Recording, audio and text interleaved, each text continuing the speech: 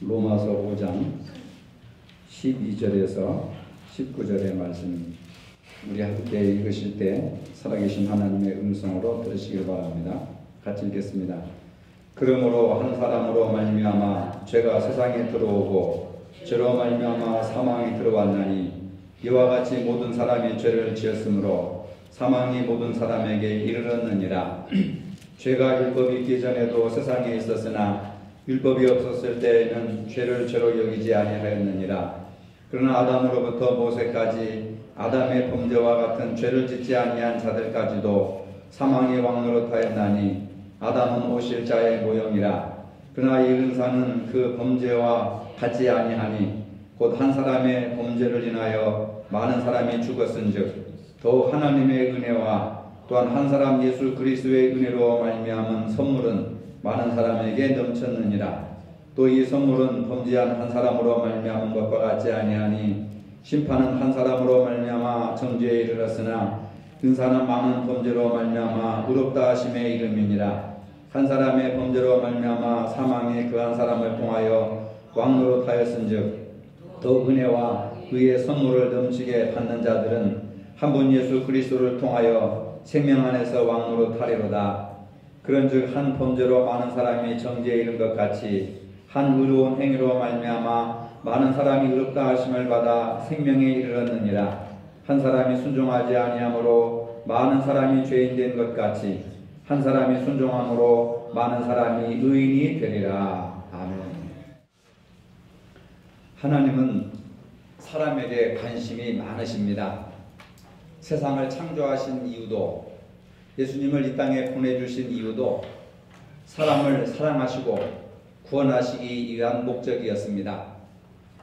하나님은 사람을 너무너무 사랑하셔서 하나님의 형상으로 사람을 만드셨습니다. 그리고 온갖 축복을 다 주셨습니다. 그런데 첫 번째 사람 아담은 하나님을 배반했습니다. 아담은 실패했습니다. 반면에 두 번째 사람인 예수님은 시험을 이기셨습니다. 아담이 시험에 져서 죄가 세상에 들어오고 예수님께서 시험을 이기셔서 죄를 극복하게 하셨습니다. 아담은 에덴 동산에서 금지된 선악과를 먹음으로 실패했습니다. 창세기 2장 17절에 선악을 알게 하는 나무의 열매는 먹지 말라. 내가 먹는 날에는 반드시 죽으리라 말씀하셨습니다. 그러나 뱀은 하나님이 말씀하신 것과 다른 말을 하고 있습니다. 창세기 3장 4절에 보니까 뱀이 여자에게 이르되 너희가 결코 죽지 아니하리라. 너희가 그것을 먹는 날에는 너희 눈이 밝아져 하나님과 같이 되어 선악을 알 줄 하나님이 아심이라. 사탄은 하나님의 말씀을 정면으로 반박하는 것이 특징입니다. 눈이 열려 하나님과 같이 된다고 하니 하와의 마음이 요동칩니다. 하나님과 같이 된다는 것은 하나님과 동등한 위치에 서게 된다는 뜻입니다. 이 말을 듣고 보니 먹음직도 하고 보암직도 하고 지혜롭게 할 만큼 탐스럽기도 한 나무로 보였습니다. 현대인들은 하나님의 말씀에 순종하는 것보다 자신의 고집과 생각대로 사는 것이 용기이고 신념이라고 생각을 합니다. 그렇게 사는 것이 때로는 아름답고 지혜롭다고 여기고 있습니다. 죄가 흉악하고 비참하면 누가 죄를 짓겠습니까? 죄가 사람 눈에는 가장 선하고 아름답게 보일 수도 있다는 것입니다. 아담과 하와가 죄를 지은 이유는 탐욕 때문에 그렇습니다. 하나님과 같아지려는 탐욕 때문이었습니다. 인간은 결코 신이 될 수가 없습니다. 먹지 말라고 지정한 열매는 단순한 나무의 열매가 아닙니다. 선악을 알게 하는 나무의 열매라고 했습니다. 선악은 하나님만이 기준을 정하시는 것입니다. 그런데 그 열매를 먹으면 스스로 선과 악의 기준이 되어서 남을 판단하고 정죄하는 자리에 앉게 되는 것입니다. 우리는 가정이나 직장에서 여전히 하나님 자리에 앉아서 남을 정죄하고 비판하고 판단합니다.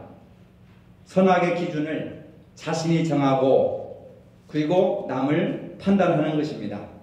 이러한 모습이 죄인으로 사는 오늘 우리들의 모습이라고 하는 것입니다. 이러한 자세는 온전한 신앙인의 자세라고 할 수가 없습니다. 결국 인류의 조상인 아담과 하와는 사탄의 명령에 순종하게 되었습니다. 순종한다고 하는 것은 그를 주인으로 모시고 사는 것입니다. 하나님을 믿는다고 하면서도 하나님의 명령의 권위를 인정하지 않는 것, 그것이 바로 죄라고 하는 것이고 불순종이라고 하는 것입니다. 그렇지만 하나님의 명령은 우리에게 축복입니다. 하나님의 명령은 우리에게 은혜입니다. 하나님의 명령은 우리에게 유익한 것입니다.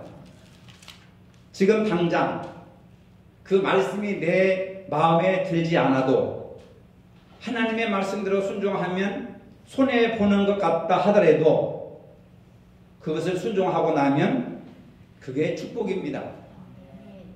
아브라함이 그것을 증명해 주었고 에녹이 그것을 증명해 주었고 모세가 그것을 증명해 주었습니다. 그래서 우리는 머뭇거립니다. 하나님의 말씀대로 살 것이냐 아니면 내 생각과 내 주장대로 살 것이냐. 하나님은 우리를 사랑하십니다. 사랑하시니까 명령하시고 사랑하시니까 권면하시고 사랑하시니까 약속을 하시고 사랑하시니까 말씀을 하시는 겁니다. 그런데 안타깝게도 아담은 하나님 명령보다 사탄의 말을 믿고 따랐습니다. 그 결과 죄가 세상에 들어왔습니다. 죄가 우리 마음속에 들어왔습니다. 죄가 우리의 삶 속에 들어왔습니다. 그래서 우리는 말하고 생각하고 행동하는 것이 죄와 섞여서 하나님이 기뻐하시는 행동보다 사탄이 원하는 삶을 살아갈 때가 너무나도 많이 있습니다. 한 사람의 죄로 아담은 물론 하와와 그를 유혹한 뱀과 자연까지도 벌을 받게 되었습니다. 여러분들이 잘 아시는 바와 같이 아담은 평생 이마에 땀을 흘리며 고통스러운 노동을 해야 됩니다. 양어깨에 무거운 짐을 지는 수고를 해야 됩니다.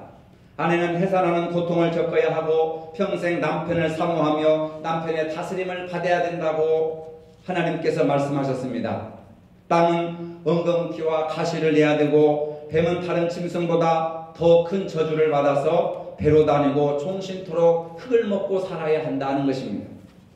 여자의 후손과 원수가 되게 하셨습니다. 결국 뱀과 인간과 자연이 함께 고통을 당하게 되었습니다. 세계는 서로 갈등하는 관계로 변하게 되었습니다. 전쟁을 하고 사람을 죽이고 방화를 하고 약탈을 하고 이 모든 것들이 바로 인간의 범죄의 결과라고 하는 것입니다. 자동차를 몰고 가다가 교통경찰에게 걸렸습니다. 과속입니다. 운전자는 자기도 모르게 술 한잔을 했더니 정신이 없었습니다 라고 말했습니다. 교통경찰관은 음주운전을 추가합니다. 옆에 있던 아내가 자기도 몰래 남편은 무면허라 맹전시로는 운전을 하지 못해요. 경찰관이 무면허 운전이군요. 무면허 운전을 추가합니다. 그랬더니 뒤에 앉아있던 장모가 자기도 모르게 이런 말을 했습니다. 그것 봐라, 자동차를 훔쳐 타더니 오래 못 가지 않니. 경찰관은 자동차를 훔친 죄를 추가하고 당신을 체포합니다. 인간의 죄라고 하는 것은 한두 가지가 아닙니다. 캐면 캘수록 양파 껍질처럼 죄가 드러나는 것입니다. 그러면서도 아무 일도 없는 듯이 태연하게 우리가 살아가고 있습니다. 이것이 첫사람 아담의 후손인 우리 인간의 연약한 모습이라고 하는 것입니다. 하나님께서 인간에게 주신 최초의 약속은 먹지 말라는 약속입니다. 그런데 인간의 불순종으로 이 약속이 파괴되었습니다. 하나님께서 에덴 동산에서 아담과 하와를 쫓아내셨습니다. 하나님은 매정하시는 분입니다. 말씀을 순종하는 자에게는 복을 주시지만 말씀에 불순종하는 자에게는 저주를 내리십니다. 신명기 28장을 여러분들이 읽어보시기 바랍니다. 에덴 동산에서 쫓겨난 인간은 하나님과 관계가 단절되고 말았습니다. 죄라고 하는 것은 불순종으로 인하여서 하나님과 단절된 상태를 말하는 것입니다. 하나님과 관계 단절은 결국은 죽음을 의미하는 것입니다. 오늘 본문 12절에 이렇게 말하고 있습니다. 한 사람으로 죄가 세상에 들어오고 죄로 말미암아 사망이 들어왔나니 모든 사람이 죄를 지었으므로 사망이 모든 사람에게 이르렀느니라. 아담 한 사람이 죄를 지었는데 세상에 죄가 들어오고 그래서 사망이 모든 사람에게 이르렀다. 죄의 싹은 사망이라고 하시는 말씀입니다. 인간은 다시 하나님과의 관계를 회복해야 합니다. 이것은 인간의 노력과 힘으로는 불가능한 것입니다. 누군가가 죄값을 지불해야 합니다. 그래서 예수님이 이 땅에 오셨습니다. 두 번째 사람 예수 그리스도입니다. 고린도전서 15장 47절에 첫 사람은 땅에서 났으니 흙에 속한 자이거니와 둘째 사람은 하늘에서 나셨느니라. 두 번째 사람 예수님은 하나님께서 보내셨습니다. 첫 번째 사람 아담의 시험은 에덴 동산이었다면 두 번째 사람 예수님의 시험은 광야에서 시작되었습니다. 예수님이 사탄에게 받은 시험 역시 아담과 같은 시험이었습니다. 아담에게는 선악과를 먹으라였는데 예수님에게는 떡이었습니다. 40일간을 굶으신 예수님께 돌멩이를 떡으로 만들어 먹으라고 사탄이 유혹합니다. 40일 금식기도 하신 분에게 먹을 것을 얘기한다고 하는 건 굉장히 큰 유혹이라고 하는 것입니다. 아담과 하와를 멋지게 무너뜨린 사탄은 예수님도 무너뜨리려고 했지만은 예수님은 강하고 담대하게 말씀으로 물리치셨습니다. 사람이 떡으로만 살 것이 아니라 하나님의 입으로 나오는 모든 말씀으로 살 것이니라. 하나님께만 경배하고 다만 그를 섬길 것이니라. 말씀으로 물리쳤습니다. 신앙생활에 있어서 말씀이 얼마나 중요한 것인지 모릅니다. 예수님의 사역은 첫사람 아담이 지은 죄를 해결하기 위한 것이었습니다. 하나님과 우리가 화목하기 위해서 화목제물이 되셨습니다. 바로 십자가의 죽으심입니다. 그 십자가로 우리를 구원하셨습니다. 따라서 십자가의 능력을 믿는 것이 신앙입니다. 십자가를 통해 구원받는다고 하는 확신을 갖는 것이 신앙입니다. 하나님과 모든 사람들이 화목하게 사는 것이 신앙생활입니다. 따라서 신앙은 내가 지금 예수님 안에 함께 살아가고 있는가 고백하는 것입니다. 예수님을 아는 것이 아니라 예수님을 몇 년 동안 믿었다고 하는 것이 아니라 지금 내가 예수님 안에 살고 있는가? 지금 나는 예수님 안에서 그분과 함께 살고 있는가?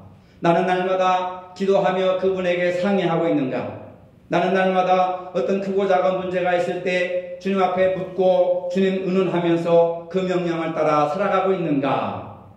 나는 지금 그분 안에 살며 동행하고 있는가를 스스로 물어야 한다는 것입니다. 그런데 여전히 우리는 갈등 속에 살아가고 있습니다.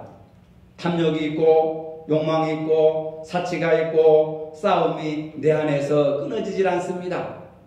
원수를 맺고 시기하고 질투하고 미워하고 당을 짓고 있습니다. 이러한 것은 주님께서 원하시는 뜻이 아닙니다. 이렇게 살라고 주님께서 이 땅에 오신 것이 아니고 이렇게 살라고 주님께서 십자가에 죽으신 것이 아니고 이렇게 살라고 화목제물로 희생당하신 것이 아닙니다. 우리가 예수님에 대해서 아무리 많이 알고 있어도 나를 변화시키지 못합니다. 내 속에 더럽고 추악하고 미워하고 당짓고 시기하고 질투하는 그 더러운 죄악 덩어리를 해결할 수가 없습니다. 야고보서 2장 19절에 보면 내가 하나님은 한 분이신 줄 믿느냐 잘하는도다 귀신들도 믿고 떠드느니라. 귀신들도 하나님이 유일하신 하나님이라는 것을 믿는다는 것입니다. 귀신들도 하나님을 믿으니까 천국 가겠네요. 하나님을 알고 예수님을 아는 것이 믿음이 아닙니다. 귀신들도 믿고 떠든다고 했습니다. 믿고 떠든다고 해서 믿음이 아닙니다, 여러분. 예수님 안에 내가 있어야 됩니다. 내 안에 예수님이 살아계셔야 됩니다. 그분의 말씀으로 들려주고 그분의 말씀에 순종하며 살아가는 것이 바로 구원받은 삶의 모습이라고 하는 것입니다. 예수님에 대한 신앙을 가진 사람들은 처음에는 뜨겁습니다. 그런데 조금만 어려움이 오면 도망치든지 아니면 예수님을 외면해버립니다. 도마가 그랬습니다. 유다가 그랬습니다. 베드로가 그랬습니다. 도마와 유다와 베드로 모두 예수님을 잘 알고 있었습니다. 예수님을 따라다녔습니다. 믿음을 가지고 있었습니다. 그들 앞에 시험이 왔을 때 모두 도망가고 예수님을 부정했습니다. 그런가 하면 아리마대 요셉이나 니고데모는 이들과 달랐습니다. 이분들은 평소에 예수님 그림자처럼 따라다니지 않았습니다. 다른 사람들은 이분들이 예수님의 제자인 줄도 잘 모릅니다. 그런데 예수님께서 고난받으시고 십자가에 죽으시자 제일 먼저 나타나서 예수님의 시체를 거두어 장사를 지내드렸습니다. 그들은 평소에 자신을 드러내지 않았지만 결정적이었을 때 바로 제자로서의 신앙을 발휘했습니다. 그들의 신앙을 발휘할 수 있었던 것은 마음속에 진정 예수님이 살아계셨고 또 예수님 안에 그들이 살고 있었기 때문에 그렇습니다. 이것이 바로 예수님을 믿는 신앙이라고 하는 겁니다.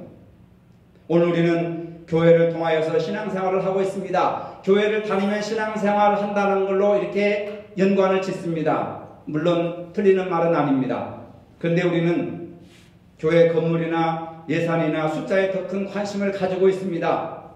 물론 제도로서의 교회도 중요하지만은 예수님 안에 사는 것보다 더 중요한 것은 아닙니다. 건물보다 예수님이 더 중요하다고 하는 것입니다. 복음의 핵심은 건물이 아닙니다. 복음의 핵심은 예산이 아닙니다. 내가 예수님 안에 사는 것이고 예수님이 내 안에 사는 것이 이것이 바로 복음의 핵심이라고 하는 것입니다. 하나님도 사람에게 관심이 많으셨습니다. 소돔과 고모라를 멸망시키려고 작정하실 때에 그 소돔과 고모라 성에 의인 5명만, 신실한 사람 5명만 있어도 내가 그 성을 멸망시키지 않으실 것이다. 아무리 찾아보고 눈을 떠봐도 신앙이 신실한 5명을 찾을 수가 없었습니다. 아쉽게도 성 안에 믿음을 가진 신실한 사람 5명이 없어서 그 성은 멸망을 당하였습니다. 왜 하나님은 사람을 찾으십니까? 왜 하나님은 신실한 믿음을 가진 사람, 그런 사람들을 찾으십니까? 하나님은 사람을 통해서 일하시고 사람과 함께 동역하시기 때문에 그렇습니다. 노아를 불러서 홍수에서 구원하시고 모세를 불러서 이스라엘 백성들을 애굽에서 해방시키시고 아브라함을 통하여서 민족을 세우셨습니다. 하나님은 신실한 한 사람을 찾고 계신다고 하는 사실입니다. 예수님께서도 사람의 관심이 많으셔서 제일 첫 번째 사역을 하시면서 갈릴리 해변을 두루 다니시면서 사람을 찾으러 다니셨습니다. 제자들을 부르시고 그들을 세우셨습니다. 이 일이 얼마나 중요한 일인지 승천하시면서 마지막 명령을 이런 내용으로 하십니다. 마태복음 28장 18절로 20절에 보니까 하늘과 땅과 모든 권세를 내게 주셨으니 그러므로 너희는 가서 모든 족속으로 제자를 삼아 아버지와 아들과 성령의 이름으로 세례를 주고 내가 너희에게 분부한 모든 것을 가르쳐 지키게 하라. 사람을 가르치고 사람을 키우고 사람을 세우라고 하는 것입니다. 로마서 16장에는 많은 사람들 이름이 기록되어 있습니다. 대략 26명 정도가 소개되고 있는데 그 중에 여자 이름이 6명이 기록되어 있습니다. 제일 처음에 등장하는 사람이 베베라고 하는 여집사의 이름입니다. 16장 1절에 내가 겐그리아 교회 일꾼으로 있는 우리 자매 베베를 너희에게 천거하노라. 왜 수많은 남자들도 많고 그보다 더 훌륭한 사람도 많을 텐데 하필이면 베베라고 하는 여집사를 제일 먼저 추천하고 있을까? 베베는 겐그리아 교회에 열심히 있는 여집사입니다. 사도 바울은 로마서에서 베베를 로마 교회에 청구하고 있습니다. 어떻게 이 작은 교회에 속해 있는 베베가 사도 바울의 눈에 띄었을까? 사도 바울은 베베를 우리의 자매라고 부르고 있습니다. 자매라고 하는 것은 혈육관계를 의미하지 않습니다. 믿음 안에서 한 가족이 된 사람을 형제요 자매라고 부르고 있습니다. 베베는 복음을 위해서 100% 헌신한 사람이었습니다. 우리가 로마서를 읽을 수 있는 것도 생명을 걸고 헌신한 무명의 베베라고 하는 여집사 덕분입니다. 당시 기독교 박해가 심할 때 바울이 기록한 로마서를 로마 교인들에게 전달해야 되는데 전달할 방법이 없었습니다. 박해가 너무 심해가지고. 그래가지고 베베를 불러서 이 로마서를 로마 교인들한테 가서 전해주시오. 걸리면은 죽임을 당합니다. 이 여자는 생명을 걸고 죽으면 죽으리라고 하는 일사각오의 정신을 가지고 바울이 써준 두루마리 성경을 여인의 몸 은밀한 곳에 숨겨가지고 로마 교인들에게 그 편지를 전했습니다. 베베는 복음을 생명을 걸고 전달하는 그 사명을 감당했습니다. 이러한 전적인 헌신이 있었기 때문에 로마서를 우리가 읽을 수 있고 그리고 베베라고 하는 그러한 여자가 성경에 기록된 인물 중에 한 사람이 되었다고 하는 것입니다. 예수님은 90% 헌신하는 100명보다 100% 헌신하는 한 사람을 찾고 계시고 그러한 사람을 세우기를 원하신다고 하는 겁니다. 90% 헌신하는 100명은 결정적인 순간에 다 떠납니다. 부정합니다. 외면합니다. 그러나 복음에 예수님의 구원 복음에 100% 헌신한 한 사람은 남아 있습니다. 생명을 걸고 복음과 함께 합니다. 전남 신안 증도라고 하는 섬마을에 한 여인이 있었습니다. 그 여인은 17살에 시집을 갔습니다. 그런데 첫날 밤에 남편에게 거부를 당하고 시집에서 쫓겨나 2번이나 자살 시도를 했습니다. 그녀는 자신을 배척했던 사람들을 위해서 삶을 드리기로 했습니다. 19년 동안 연약한 여인의 몸으로 여러 섬에 흩어져 있던 14개의 읍면을 돛담배를 타고 다니면서 수많은 사람들을 전도해서 100여 개의 교회를 세웠습니다. 그리고 한국교회 유명한 김준권 목사, 정태기 목사, 이만신 목사님 등 70여 명의 목회자들을 제자로 배출했습니다. 이분이 바로 문준경 전도사님입니다. 전도사님 한 분 때문에 1004개의 섬으로 이루어진 증도는 주민 90%가 예수를 믿는 천국의 섬으로 불리게 되었습니다. 그분은 증도에서 복음을 전하다가 6.25 때 공산당들에게 총살을 당했습니다. 지금도 그분의 기념관이고 그분이 총살당한 곳에 비석이 세워져 있습니다. 그분의 삶과 죽음은 지금도 중도를 찾는 많은 사람들에게 깊은 영적인 감동과 도전을 주고 있습니다. 세상의 기준으로 볼 때는 보잘것없는 한 여인이었고 결혼한 첫날 밤에 남편으로부터 소박을 당한 여인이었지만은 한국 기독교 역사에 큰 미랄이 되었습니다. 문준경 전도사님이 모든 이들에게 끼친 큰 영향을 생각할 때에 그 작은 자가 천명을 이루겠고 그 약한 자가 강국을 이룰 것이라고 하는 이사야 선자의 말씀을 생각할 수가 있습니다. 하나님께서는 지금 이 시대에 베베와 문준경 전도사님과 같이 복음을 위해서 헌신하는 한 사람을 찾고 계신다는 겁니다. 그들을 통해서 하나님의 뜻이 이루어지기 때문에 그렇습니다. 아담은 하나님의 형상을 따라 창조되었습니다. 하나님이 직접 만드셨습니다. 얼마나 고귀하고 대단한 존재입니까? 하나님이 손으로 직접 만드셨는데. 그리고 인류의 머리가 되었습니다. 모든 인간들에게 육체에 생명을 주었습니다. 인류를 대표해서 세상을 다스리고 정복할 수 있는 지배권을 주었습니다. 그럼에도 불구하고 아담은 실패했습니다. 인류가 그와 더불어 타락을 했습니다. 아담을 통해서 우리에게 죄가 들어왔습니다. 그래서 우리는 죄인된 상태로 태어났고 영적으로 파산됐으며 하나님의 거룩한 에덴 동산에서 쫓겨났습니다. 아담과 하와는 하나님과 같은 능력을 소유하고 싶어서 선악과를 따먹었습니다. 현대인들의 자화상이기도 합니다. 현대인들은 경쟁사회에서 살아남기 위해서 힘과 소유의 욕망을 따라 살면서 인생의 참된 가치를 잃어버리고 있습니다. 세상은 진정한 부유함과 풍성함이라고 하는 것은 재산을 얼마나 소유했느냐, 돈을 얼마나 가지고 있느냐로 기준을 삼습니다. 그러나 성경의 기준은 소유의 기준이 아니라 하나님과 얼마나 깊은 영적인 교제를 하고 있느냐, 하나님과 깊은 영적인 교제를 하고 있는 사람은 믿음에 부유한 자라. 하나님의 기준과 세상의 기준은 다르다고 하는 겁니다. 물탱크는 잠시 동안 쓰기에는 물이 충분하지만 자꾸 그 물을 사용하면 곧 고갈되고 맙니다. 그렇지만 영적인 교제를 통해서 얻는 축복이라고 하고 부유함이라고 하는 것은 큰 저수지에서 흘러나오는 물과 같습니다.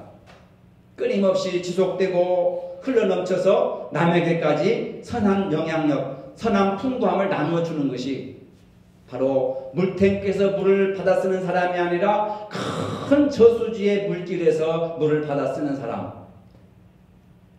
세상의 소유의 가치로 성공을 생각하고 또 풍부함과 부유함으로 기준을 삼는 사람들은 물탱크에 물을 쓰는 것과 같이 나중에 고갈되고 나중에는 허무하게 된다 이 말입니다. 물질은 영원한 것이 아닙니다. 그러나 하나님과 영적인 교제를 통해서 얻는 부유함이라고 하는 것은 영원히 갈급하지 아니하는 풍요로운 삶을 살 수가 있다고 하는 것입니다. 교회가 어렵습니다. 가정이 어렵습니다. 어려울 때일수록 우리가 추구해야 할 것은 아담의 인격이 아닙니다. 하나님의 인격입니다. 예수님의 인격입니다. 우리를 구원하기 위해서 독생자를 이 땅에 보내주신 하나님의 인격을 가져야 합니다. 아담의 인격은 하나님처럼 높아지려는 교만이 들어있습니다. 어려움이 있을 때 책임을 지지 않고 남에게 그 책임을 전가합니다. 저 사람 때문에 그래, 저 사람 때문에 그래, 저 사람 때문에 그래. 심지어는 하나님이 만들어주신 여자가 나를 먹게 했습니다. 하나님을 걸고 넘어집니다. 결국 하나님과 관계가 단절되어서 다른 사람들에게 고통을 주는 인격입니다. 그러나 한 사람, 예수님의 인격은 죄인들을 구원하시기 위해서 십자가를 지신 인격입니다. 모든 사람들을 용서하시고 사랑하신 인격입니다. 하나님과 우리와 관계를 화목하기 위해서 화목제물로 죽으신 분이 예수 그리스도다 그 말입니다. 아담은 사람을 분열시키고 사람에게 죄를 주고 결국은 하나님과 관계를 떨어져 나가겠지만 예수님의 인격은 회복시키고 용서하고 화해하고 화목하고 그래야 해서 예수님 안에서 의로왕노릇하여 모든 사람들이 영생에 이르기를 원하시는 인격을 가졌다고 오늘 사도 바울은 본문을 통해서 고백하고 있습니다. 지금 우리는 예수님 인격을 가진 한 사람이 필요합니다. 영이신 하나님께 신뢰와 진정으로 예배드릴 줄 아는 한 사람이 필요합니다. 예수 그리스도 안에서 관계를 회복하려고 하는 자세를 가진 한 사람이 필요합니다. 교회를 위해서 모든 것을 헌신할 수 있는 한 사람이 필요하다는 것입니다. 예수님은 모든 문제를 해결하기 위해서 오셨습니다. 우리도 문제를 해결하는 삶을 살아야 하는 것입니다. 서로 화목하시기를 바랍니다. 이것이 주님께서 원하시는 것입니다. 이 일을 이루기 위해서 십자가에 죽으시기까지 하셨습니다. 그 한 사람의 신앙의 인격이 가정을 세우고 교회를 세워나가고 결국 하나님 나라를 세워나갑니다. 그런 일에 쓰임받는 여러분들이 되시기를 주님의 이름으로 축복합니다. 거룩하신 아버지, 주님께서는 오늘도 전적으로 헌신하는 한 사람을 찾고 계십니다. 하나님의 자리까지 높아지려는 아담 같은 사람이 아닙니다. 인간의 몸을 입으시고 죄인들을 구원하시기 위해 십자가를 지신 주님의 인격을 닮은 한 사람을 찾고 계십니다. 베베와 문중경, 전도사님 같은 한 사람을 찾으십니다. 하나님께서 찾으시는 그 한 사람이 바로 우리가 되게 하여 주시옵소서. 예수님 이름으로 기도합니다. 아멘. 이제는 우리 주 예수 그리스도의 은혜와 하나님 아버지의 무한하신 사랑과 성령의 교통하심이 어려울 때 신실한 믿음을 가진 한 사람이 되기를 원하는 모든 성도들 머리 위에 이제로부터 영원토록 함께 하시기를 축원하옵나이다. 아멘.